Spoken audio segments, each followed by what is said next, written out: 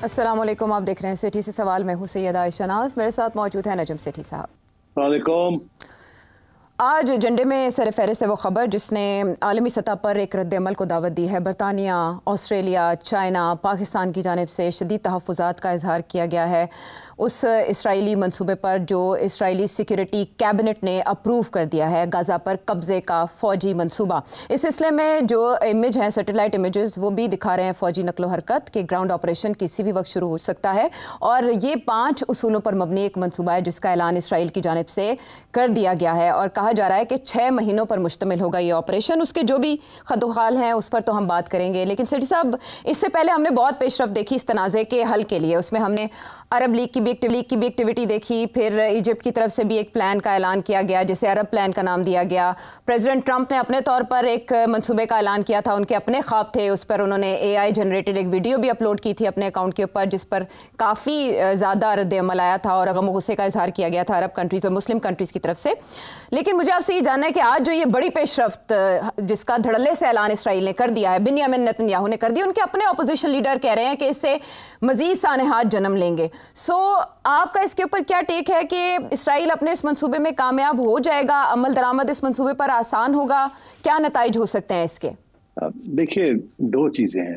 एक ये कि क्या इसराइल ने ये कहा है कि सारा गाज़ा जो है वो हम एनेक्स करने लगे, या ये कहा है कि जहाँ उस गाज़ा के उन इलाकों में जहाँ इस वक्त उनकी फ़ौज है, IDF है, उसको वो फ़ौज को और मजबूत वहाँ करेंगे और सेटलर्स को भी वहाँ लाके उनको सेटल करेंगे, ताकि ये एक गाज़ा के अंदर एक एरिया जो है वो इजरायली सेटलर्स और इजरायली आर्मी जो है उसको ऑक्यूपाई कर ले। मेरा ख्याल है ये एक, जिसे कहते हैं ना, प्रीकर्सर है, ये एक चाल है, ताकि कल जब निगोशिएट करना पड़ेगा 2 स्टेट सोल्यूशन, जिसके ऊपर बहुत से भी इश्यूज हैं, जो कि कंडीशन है बाकी मुस्लिम ममालिक की टू रिकग्नाइज इसराइल, तो उसमें फिर ये गिव एंड टेक ये बात बनेगी वहाँ। तो मेरा ख्याल है अपने ताश के पत्ते जो हैं उनको पक्का करने के लिए, नेगोशिएशन के लिए उन्होंने ये किया। मगर इसके अलावा इसकी एक बैकग्राउंड भी है। बैकग्राउंड ये है कि 1967 के जंग के बाद जो कि मिस्र के साथ हुई थी, और उस वक्त भी इसराइल ने गाज़ा के अंदर सेटलर्स को इजाज़त दे दी थी कि आके वो सेटल करें। बाद में प्राइम मिनिस्टर आए, उन्होंने सेटलर्स को वापस करवा दिया और कहा नहीं, ये गड़बड़ हो जाएगी इस चीज़ की। अब मगर ये फिर वही पॉलिसी अब इख्तियार की जा रही है कि सेटलर्स को अंदर डाल के उनको सेटल किया जाए। अच्छा, अब ये क्यों नेतन्याहू ने क्यों ये किया है? नेतन्याहू ने इसलिए भी किया है, ये सिर्फ ये नहीं कि अपनी नेगोशिएटिंग पोजीशन जो है उसको बेहतर करें, उसकी जो इस वक्त प्राइम मिनिस्टरशिप है ना, वो इस पर डिपेंड करती है। वो 2 बहुत राइट विंग पार्टीज, सेटलर्स की जो पार्टीज हैं, वो रिप्रेजेंट करते हैं कैबिनेट के अंदर। उनके बगैर ये प्राइम मिनिस्टर नहीं रह सकता। और उनकी तरफ से 2 किस्म के प्रेशर्स थे। एक ये था कि जंग करो और हॉस्टेज और नो हॉस्टेज, आप पै जाओ, उड़ा दो, मार दो, जेनोसाइड कर दो। और दूसरा ये कि फिर ज़मीन हमें लेके दो, हम वहाँ और भी सेटलर्स को करना चाहते हैं। तो एक किस्म की स्लो ऑक्यूपेशन जो उन्होंने बाकी जगह पे की है, यहाँ भी वो गाज़ा के अंदर भी वो करना चाह रहे थे। तो मेरा ख्याल है कि वहाँ क्योंकि नेतन्याहू की पोजीशन वैसे इंटरनेशनली बड़ी कमज़ोर होगी, तो उसे फिक्र था कि अब मैं इसराइल के अंदर अगर मैं कमज़ोर हो गया तो फिर मेरा क्या होगा, मेरी छुट्टी ना हो जाए। इसलिए उसने उनकी जो डिमांड थी, वो 2 right wing, ultra right wing, orthodox settler parties, उनका एक डिमांड था, वो कंसीड किया। अब मेरा ख्याल है पूरा नहीं कंसीड किया शुरू में। वो तो चाहते हैं सारे का सारा गाज़ा जो है नेक्स्ट कर लिया जाए। इसका एक किस्म का हवाला डोनाल्ड ट्रंप ने भी पहले दिया था कि जी ये तो मैं तो यहाँ रिवेरा बनाऊंगा और सारी रिकंस्ट्रक्शन जो है वो अरब नेशंस जो हैं वो करेंगे और इसको टूरिस्ट स्पॉट बनाएंगे, और पैलेस्टीनियंस जो हैं उनको तो हम भेज देंगे, जॉर्डन भेज देंगे, सीरिया भेज देंगे, लेबनान भेज देंगे। तो उनका क्या है, वो तो ऑलरेडी लार्ज पॉपुलेशंस लेबनान में है, जॉर्डन में है, तो उनका क्या है, वो तो इससे ज्यादा पैलेस्टीनियंस जो है वो पैलेस्टाइन से बाहर है, तो ये भी वहां चले जाए और इसको हम बना देंगे एज अ रिवियरा और बेसिकली इजरायली आउटपोस्ट। तो मेरा ख्याल है कि वो तो बात चली नहीं, उसके तो बड़ा रिएक्शन आया था। मगर अब ये जो कदम उठाया है नेतन्याहू ने, दिस इज सर्वाइवल। एक तरफ सर्वाइवल है इंटरनली इसराइल के अंदर as a prime minister, because काफी उसके ऊपर कमजोरी, उसके ऊपर अटैक आ रही है। और दूसरा ये, क्योंकि आपने भी देखा अभी हाल ही में एक बहुत सीरियस डॉक्यूमेंट लिखा गया है जिसमें इसराइल के पिछले प्राइम मिनिस्टर्स और आर्मी चीफ्स जी मेजॉरिटी वालों ने ये लिखा है कि यार ये बंद करो जंग, और इसके साथ इसराइल का बहुत नुकसान हो रहा है, और आप जो हॉस्टेजेस के साथ नेगोशिएट करके उनको रिलीज करें, और आप ये बंद करें जो मार रहे हैं लोगों को, बच्चों को। तो ये तो बहुत बड़ा वहाँ एक रिएक्शन आ रहा है, मगर उसकी पार्लियामेंट के अंदर जो प्रॉब्लम है उसका वो है the two right wing parties, इसलिए वो कंसीड नहीं कर रहा। तो मैं समझता हूँ कि डोमेस्टिक इजरायली पॉलिटिक्स इस वक्त चल रही है, और साथ साथ जाहिर है कि जब उसने फाइनल नेगोशिएशन करनी है आगे जाके, तो वहां भी अपना हाथ मजबूत करना चाहता है कि देखें ये तो ऑलरेडी हो चुका, ये तो मेरी सर्वाइवल की बात है, अब इसके आगे बात करें, ये बात तो हो चुकी है। तो इस किस्म की मेरा ख्याल है डेवलपमेंट्स हो रही है वहाँ। मगर जाहिर है आयशा, जैसे आपने कहा, इसका तो बहुत बड़ा रिएक्शन आएगा। ये जो सारी डोनाल्ड ट्रंप की कोशिश है कि इसराइल की रिकग्निशन करा ली जाए, इस किस्म की चीज के बाद तो बड़ा सख्त रिएक्शन आएगा। इसीलिए इसराइल ने ये नहीं अनाउंस किया कि हम अनेक्स करने जा रहे हैं। उन्होंने इतना ये कहा है कि जहां आईडीएफ इस वक्त है वो उसको पक्का अपना बेस बनाना चाह रहे हैं, और सेटलर्स की तरफ से ये बयान आ रहे हैं कि हमें वहां भेजें, हम जाके सेटल करते हैं, और जो कि मुमकिन लगता है अब। तो I think that is where the current situation है। ये फॉक्स न्यूज़ को उन्होंने इंटरव्यू में भी टेक ओवर की टर्म इस्तेमाल किया है। उन्होंने कहा गजा स्ट्रिप पे टेक ओवर करेंगे और हमास को डिसमेंटल करेंगे और कंट्रोल एक और अथॉरिटी को मुंतकिल कर देंगे। इतनी आसानी से उन्होंने अपना प्लान बता दिया। लेकिन सेठी साहब, 80वां जनरल असेंबली सेशन अगले महीने होने जा रहा है, जिससे पहले फ्रांस ने भी ऐलान किया था कि वो तस्लीम करने जा रहे हैं फ़लस्तीनी रियासत को, और बरतानवी प्राइम मिनिस्टर कीयर स्टारमर ने भी किया ऐलान। अब सभी शशदर हैं कि इस ऐलान के बाद वो क्या रद्द-ए-अमल दें या वो किस तरह से रोकें। तो आपको लगता है कि अभी भी कहीं से मुदाखलत हो सकती है, क्योंकि अमेरिकन प्रेसिडेंट ने तो इसे इसराइल का मामला करार दे दिया है? हाँ, सही है, और इसीलिए मेरा ख्याल है अब यूनाइटेड नेशंस में भी ठीक ठाक टेंशन होगी, क्योंकि ये मुल्क जो है I think they will go ahead, ये रिकग्नाइज कर लेंगे। और इसीलिए क्योंकि ये रिकग्नाइज करने जा रहे हैं और इसराइल अपनी जंग नहीं रोक रहा, इसलिए फिर इसराइल जो है काउंटर कर रहा है, और डोनाल्ड ट्रंप जो है is taking the side of Israel. तो मैं समझता हूँ ये मामला और कॉम्प्लिकेटेड होने जा रहा है, बिकॉज देखिए अब तो इंटरेस्टिंग बात यह है, सारे जो अरब ममालिक हैं जो कहते हैं हम अब्राहम अकॉर्ड्स एक्सेप्ट कर लेते हैं, वो भी ये इस बात पे रजामंद हो गए हैं कि हमास को हथियार छोड़ने पड़ेंगे, जो हॉस्टेजेस देने पड़ेंगे, और हुकूमत, अगली हुकूमत जो भी बनेगी उसमें हिस्सा नहीं ले सकते। हमास के खिलाफ तो सारे हो गए कि वो एक फोर्स है जिसको खत्म किया जाए। जैसे उन्होंने फैसला किया था कि उस फोर्स को जो सपोर्ट कर रहा है ईरान, उसको खत्म किया जाए। तो इसलिए आई थिंक हमास को तो सारे ही इत्तेफाक है इंटरनेशनल कम्युनिटी का कि हमास जो है उसको खत्म किया जाए, मगर साथ साथ ये कि जी फिर आप 2 स्टेट सोल्यूशन की तरफ जाएं, वहाँ इसराइल जो है वो तैयार नहीं है जाने के लिए। वो तो ये कहता है हम बनाएंगे, सारी एडमिनिस्ट्रेशन भी हमारे पास होगी, सिक्योरिटी भी हमारे पास होगी, तो ये नहीं होगा कि जनाब को ऑटोनॉमी मिल जाएगी 2 स्टेट की। वो इसराइल अभी भी तैयार नहीं है उसके लिए।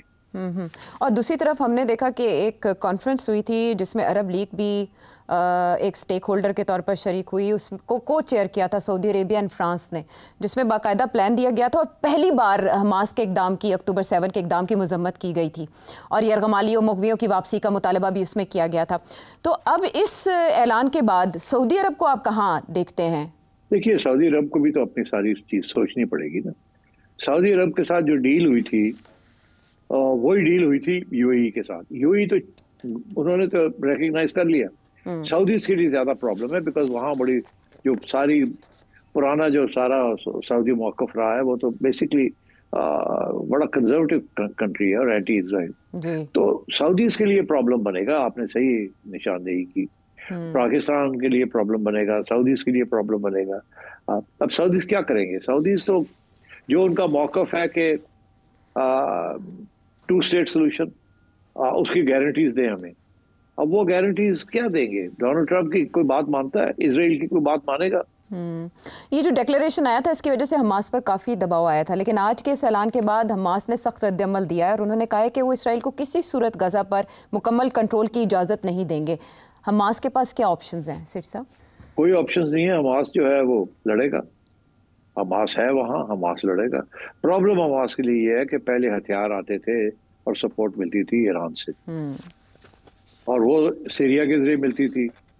सीरिया हाथ से निकल गया, ईरान जो है उसको उन्होंने अटैक करके कमजोर कर दिया है, और कांस्टेंट उसके ऊपर अब मसला बना हुआ है।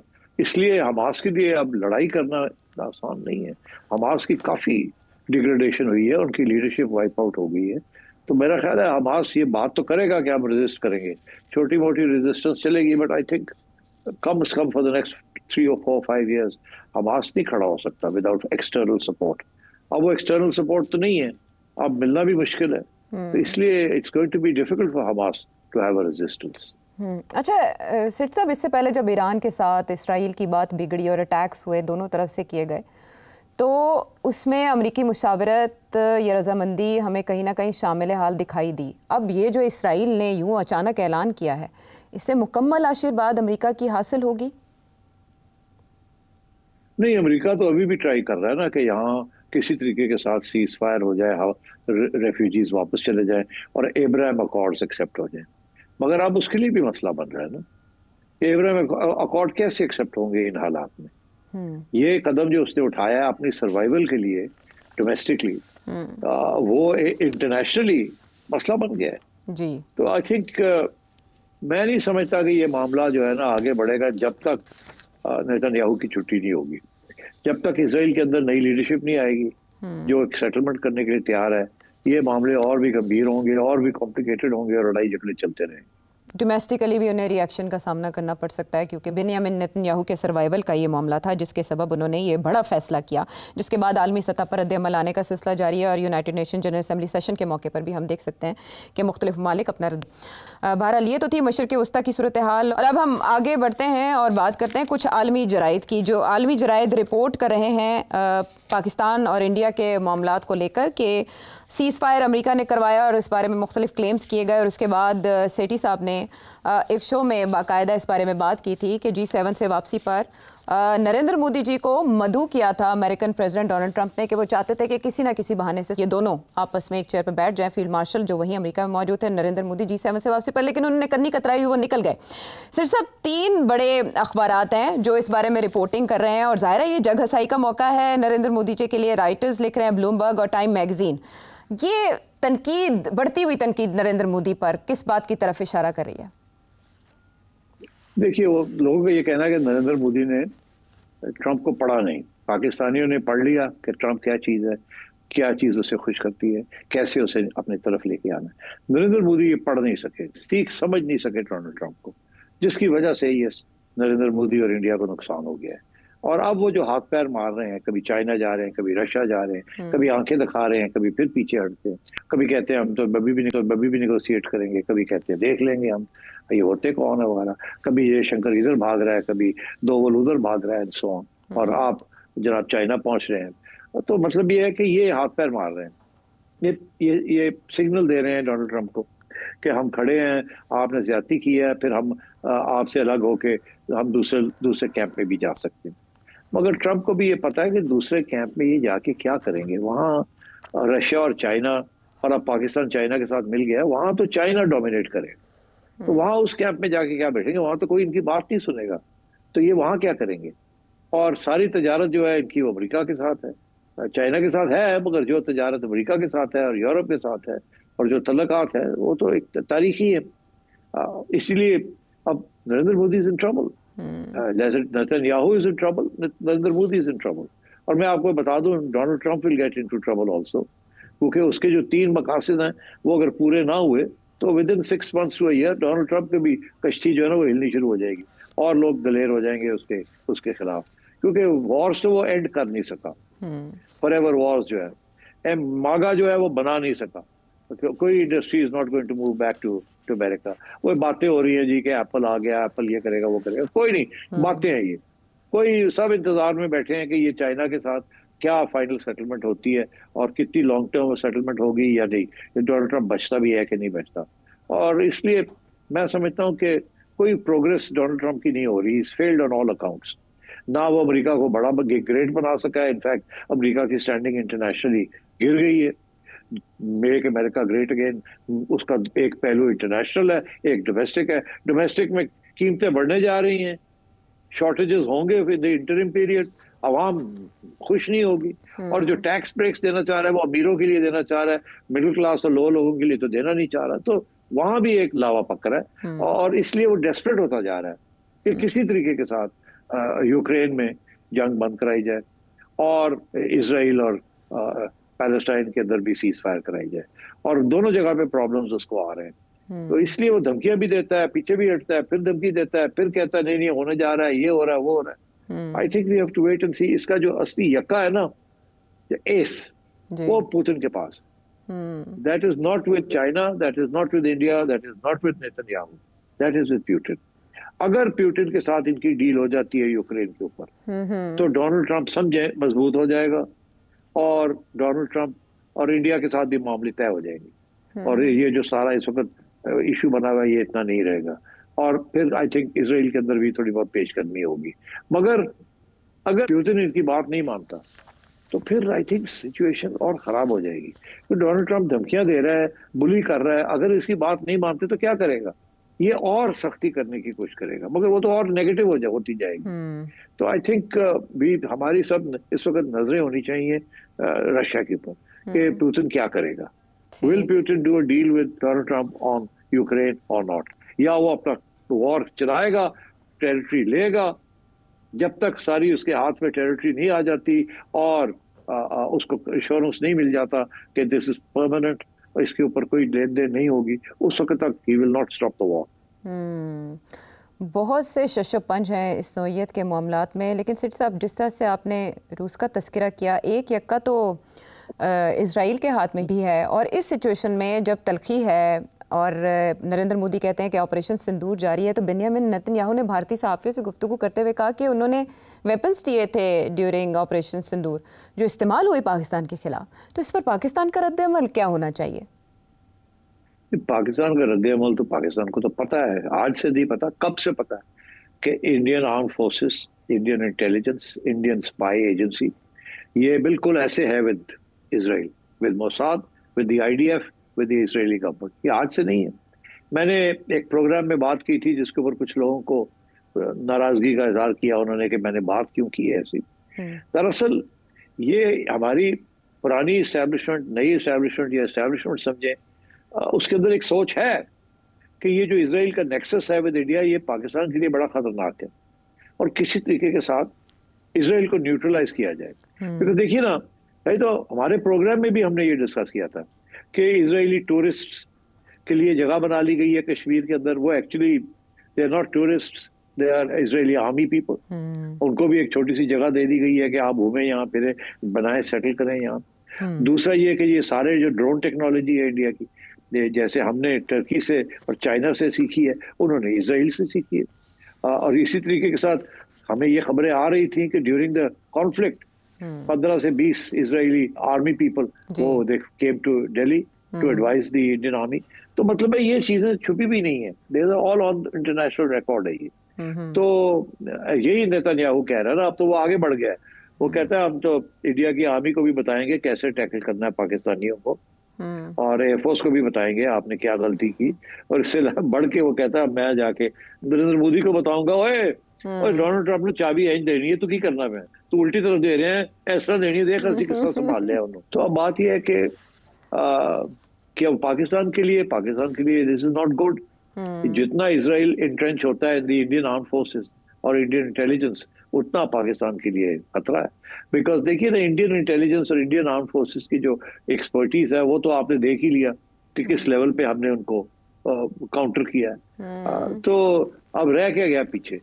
यही गया ना कि इजरायली आके उनको और ट्रेनिंग दें, ये करें वो करें, हथियार दें जो कि अमेरिका से आते हैं और इधर चले जाते हैं। इजराइल ने सबसे इम्पोर्टेंट सॉफ्टवेयर तो दे दिया है ये इंडियंस को, which is the Pegasus software, जो कि वो जो कि सब दुनिया के जहाँ चाहे उसको टारगेट करके वो सारा सुन सकते हैं लोगों की व्हाट्सएप और सिग्नल और टेलीग्राफ की जो कॉन्वर्सेशंस हैं और कम्युनिकेशन है। तो इसलिए I think the closer India gets to Israel, the bigger the problem for us. But Sethi साहब, मेरा जो सवाल है वो ये भी मैं आपसे जानना चाहूँगी कि तुर्की और चाइना ने पाकिस्तान की जो भी मुआविनत की इस हमले के दौरान मई में, किसी ने खुलकर इस तरह से पोजीशन नहीं ली, लेकिन एक वजीर आज़म इसराइल का वो ओपनली पोजीशन ले रहा है और कह रहा है हाँ हमने मदद की।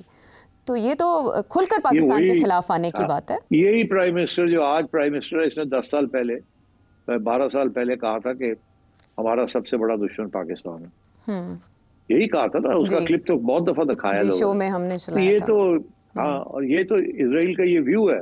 वो मसला उसका ये है ना कि हमारे पास एटम बम है, सब दुनिया को ये खौफजदा है कि हम एक्सपोर्ट ना कर दें, ये हम टेक्नोलॉजी ना दे दें, ये हम सेंट्रीफ्यूज टेक्नोलॉजी ना दे दें सऊदी अरेबिया को या ईरान को। और तो इस किस्म के प्रॉब्लम्स हैं। और आपको पता है जो किताबें भी लिखी गई हैं इस सारे सब्जेक्ट के ऊपर, तो बड़ी कड़ी नजर है पाकिस्तान के ऊपर। और ये एक प्रेशर है कांस्टेंट, ना इधर हो ना इधर, we are watching you with. इसीलिए one of the other arguments is के अफगानिस्तान के अंदर बेस क्यों चाहता है अमेरिका बगैर में, वहाँ क्या, वहाँ बैठ के वो देखो, keeps an eye on your nuclear programme, constantly monitor it and your other military activities, and of course Iran. तो ईरान एंड पाकिस्तान राइट आप समझ जाए बात। ठीक है, लेकिन अब पाकिस्तान को भारत के अलावा इसराइल की एक्टिविटीज़ पर भी नज़र रखने की ज़रूरत है इस एतराफ़ के बाद इसराइली वज़ीर आज़म बेंयामिन नेतन्याहू के। ठीक है, और मामलात और आपके सवालात एक ब्रेक के बाद।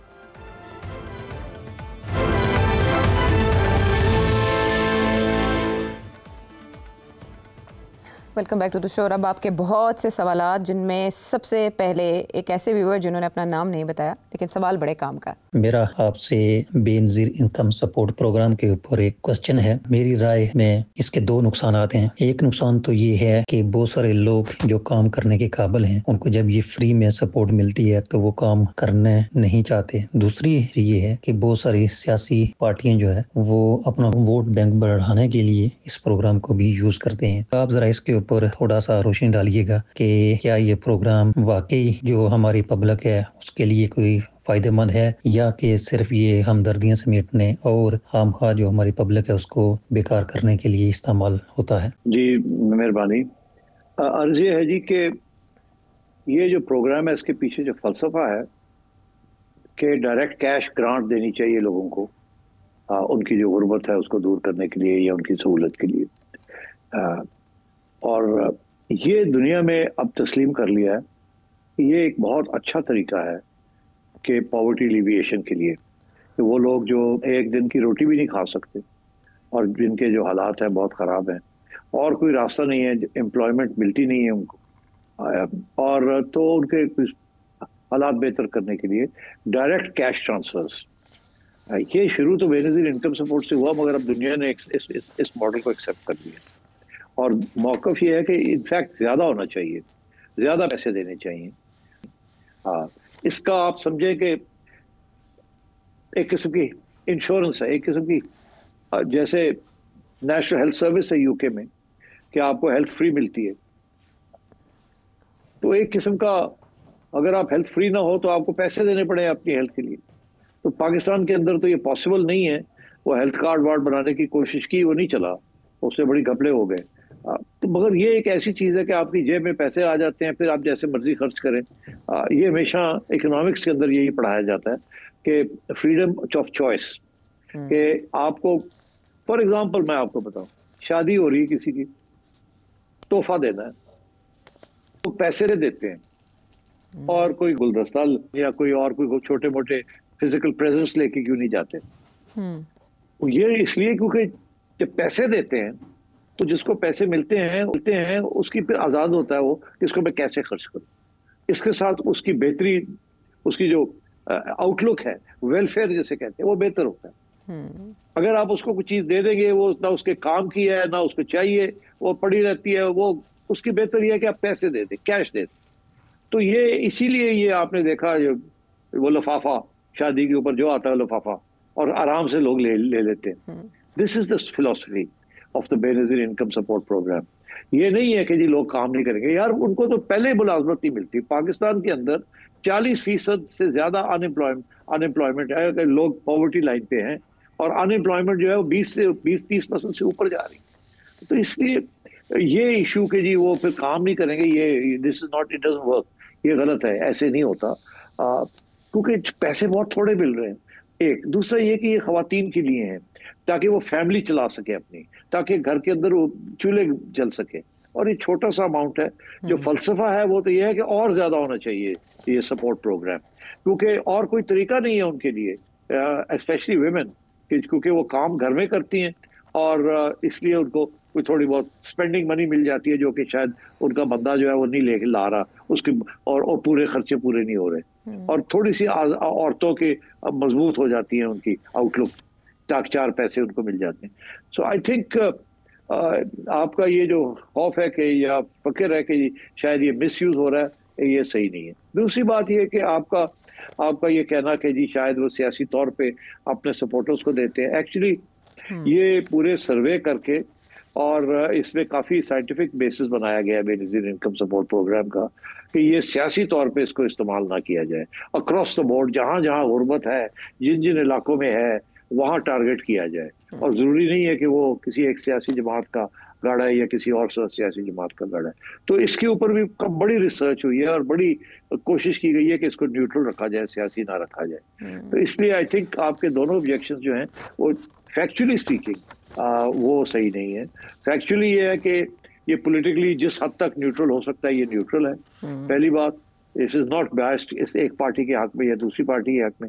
और दूसरा ये है कि ये बेहतर तरीका है जो गरीब लोग हैं उनकी थोड़ी मदद करने के लिए। ठीक, और अब स्वाद से जहाँ ज़ेब, ये जो पाकिस्तान और अमेरिका का जो रिश्ते है ये किस हद तक महदूद हो सकते हैं? क्या ये इस तरह रिश्ते बन सकते हैं जो हाल ही में इंडिया और अमेरिका का जो रिश्ते थे, जो इंडिया को एक लाडले के तौर पर पेश करता था, जैसा इंडिया रशिया से भी तेल खरीदता था, ईरान से भी खरीदता था, तो उसको कुछ भी नहीं था, लेकिन अगर पाकिस्तान खरीदता तो उसके ऊपर सैंक्शन वगैरह का धमकियाँ मिलती थी। तो अब तो वो हालात नहीं है, लेकिन क्या जो अब अमेरिका और पाकिस्तान का जो दोस्ती बन गया, तो ये जो ईरान का सदर का जो दौरा है पाकिस्तान आने का, तो जिस तरह पाकिस्तान ने बयान दिया है ईरान की जो हरी प्रोग्राम है उसको सपोर्ट करने का और इजराइल के खिलाफ कुछ बातें करने का, तो क्या पाकिस्तान भी इस तरह लाडला बन सकता है या नहीं? ये कुछ बस वक्ती तौर दोस्ती है?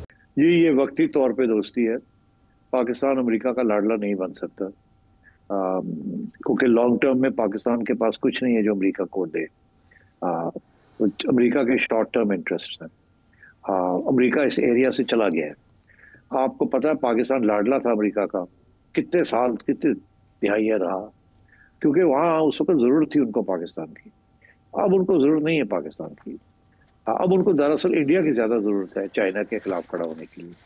इसलिए ये जो अभी हुआ है ये शॉर्ट टर्म है। अभी इंडिया के साथ मेरा ये मौक़िफ़ है कि इंडिया के साथ तल्लुकात अमेरिका के फिर ठीक हो जाएंगे। जैसे इंडिया के अमेरिका के रूस के साथ ठीक होते हैं, उसी वक्त इंडिया के साथ भी ठीक हो जाएंगे तजारत वाले। और ये जो इस वक्त जो पिकअप हो रही है, अर्थक्वेक आई है इंडिया के अंदर, ये आहिस्ता आहिस्ता आप देखिएगा आगे जाके ये मसले हल होने शुरू हो जाएंगे। बिकॉज अमेरिका का लॉन्ग टर्म दुश्मन जो है वो चाइना है, और लॉन्ग टर्म फ्रेंड जो है जो चाइना के खिलाफ है वो इंडिया है। ये नरेंद्र मोदी का चाइना जाना, इससे कोई फर्क नहीं पड़ता कि जी वो उधर जा रहा है वो इधर जा रहा है। नो, लॉन्ग टर्म में China is the threat to America and the western world. और सब कुछ जो कुछ हो रहा है इस वक्त ये टेम्पररी है। लॉन्ग टर्म इंटरेस्ट जो है वो वही है कि चाइना के खिलाफ महाज बनाया जाए, और उस महाज के अंदर India is the only country इस रीजन के अंदर जो रोल अदा कर सकता है। अभी भी आपने देखा इंडिया ने बड़ी चालाकी की है अपना इशारा करने के लिए कि हम अब पुराने एजेंडे के ऊपर कायम है। अभी ये चले गए थे ऑस्ट्रेलिया के अंदर मिलिट्री ड्रिल्स करने, और ये ऑस्ट्रेलिया वहाँ उन्हीं का हिस्सा है क्वाड का। तो आजकल क्वाड जो थोड़ा नीचे हुआ है, ये वापस इसकी अहमियत बन सकती है और बनेगी। इंडिया बेसिकली अपने लेवरेजिंग थोड़ी ज्यादा कर रहा है कि ज्यादा इंडिया अमेरिका बुली ना करे, मगर इंडिया के इंटरेस्ट जो है वो अमेरिका के साथ ज्यादा है अब, और किसी मुल्क के साथ नहीं है। वो रशिया वाले इंटरेस्ट अब खत्म होते जा रहे हैं। रशिया तो अब third largest fourth largest power भी नहीं है। तो अब बेसिकली ये जो जंग हो रही है उसके अंदर इंडिया को साइड लेनी पड़ेगी, और न्यूट्रल रहना बड़ा मुश्किल हो जाएगा उसके लिए। ठीक है, ये है पॉसिबिलिटीज़ इंडिया और अमेरिका के ताल्लुकात में। और ये जो अभी आर्जी है तातुल, जो भी ब्रेक आया है, पाकिस्तान लाडला अमेरिका का नहीं बन सकता। वापस आते हैं हम एक ब्रेक के बाद।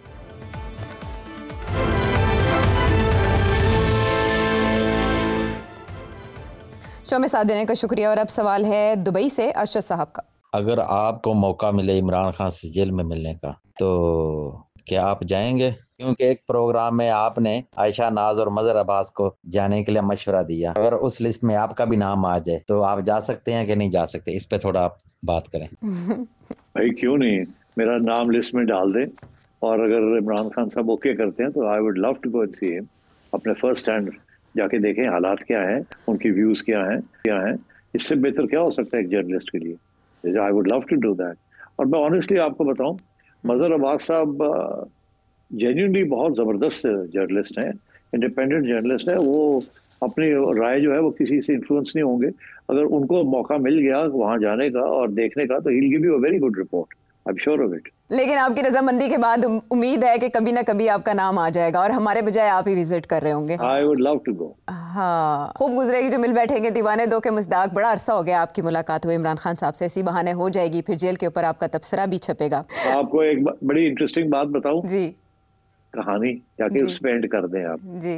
वो ये कि जब खान साहब इधर थे, जमान पार्क में थे, बिफोर ही वाज अरेस्टेड, तो मुझे फवाद चौधरी साहब का पैगाम आया कि आप मिलना चाहेंगे कि नहीं मिलना चाहेंगे इमरान खान को।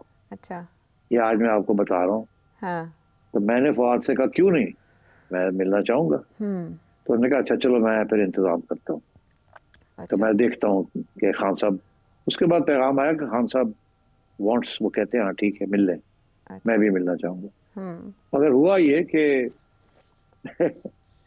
पीटीआई के कुछ लोग हैं जो कि जिसे कहते हैं ना more loyal than the king, उन्होंने सूंघ ली ये बात और उन्होंने ट्वीट करने शुरू कर दिया कि सेठी बेग कर रहा है कि मैं इमरान खान को मिलूं और इमरान रजामंद नहीं है, तो सेठी जो है वो मिन्नतें कर रहा है। तो फिर मैंने कहा कि यार रहने दो, फिर अगर तुसी इस तरह करना है, मैंने कोई मिन्नत की तो आपकी तरफ से मुझे आई थी कि आप मिलना चाहेंगे कि नहीं, तो मैंने कहा हाँ। तो आप ये पीटीआई वाले फिर शुरू हो गए, इनको जो मौका मिलता है वो किसी चीज को चलने नहीं देते और कोई ना कोई कंस्पिरेसी थ्योरी उसमें डाल देते। तो then I said to Fawad, ऐसा यार रहने दो, मैं ਅਸੀਂ गंदे ही चंगे, ऐसी दूर बैठे चंगे हैं।